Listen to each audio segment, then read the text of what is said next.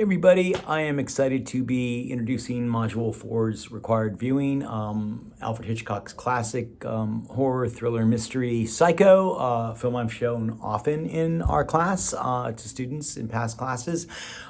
Psycho is one of the great films of all time, and as we kind of talked about in last week's Module 3, when I showed a clip of Notorious by Hitchcock, and that's the kissing scene where he tried to make it look more sensual and the kiss looked like it lasted longer with the constraints of the code.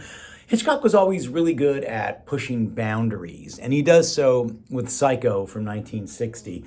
Psycho is actually one of the first slasher films. We'll talk about that. Even though the code is still around, this film really pushes boundaries in its portrayal of sensuality, how far you can push violence. And it's actually, trivia point, one of the first films even to show a toilet flushing in the motel.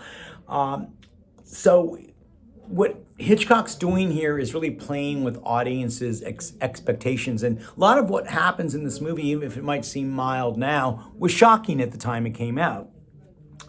Psycho is about a woman played by Janet Leigh.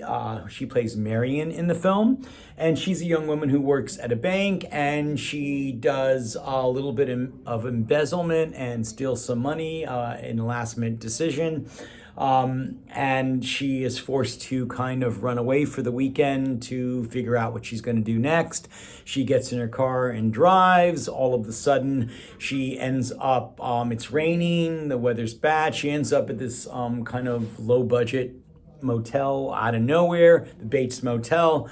And she meets an erotic man who runs the motel, Norman, well played by Anthony Perkins, one of the great performances, I believe, of all time.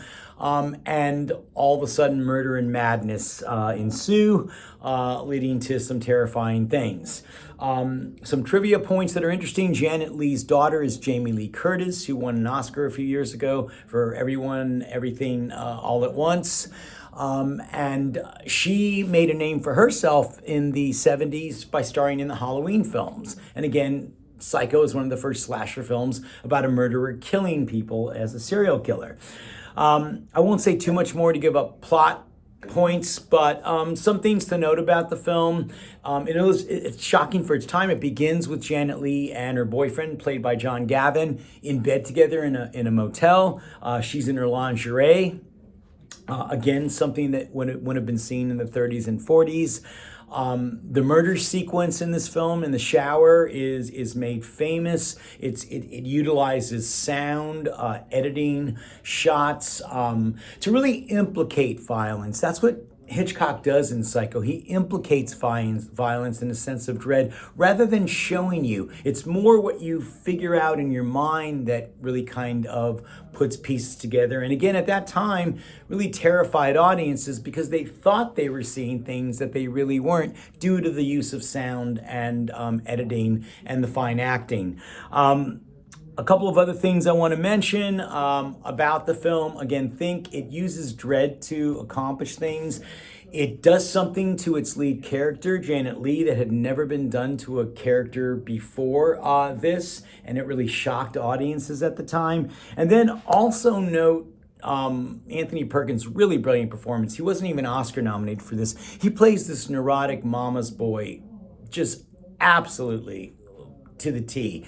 So much that he was typecast as this kind of neurotic character the rest of his career, sadly. He actually made three more sequels to Psycho. The second one, part 2 from 1982, is not bad. The other ones are not worth it. So he played Norman Bates 3 more times. I really love this movie. And another thing to think about, we always talk about in this class about the use of sound, editing, acting, to all really create a wonderful film.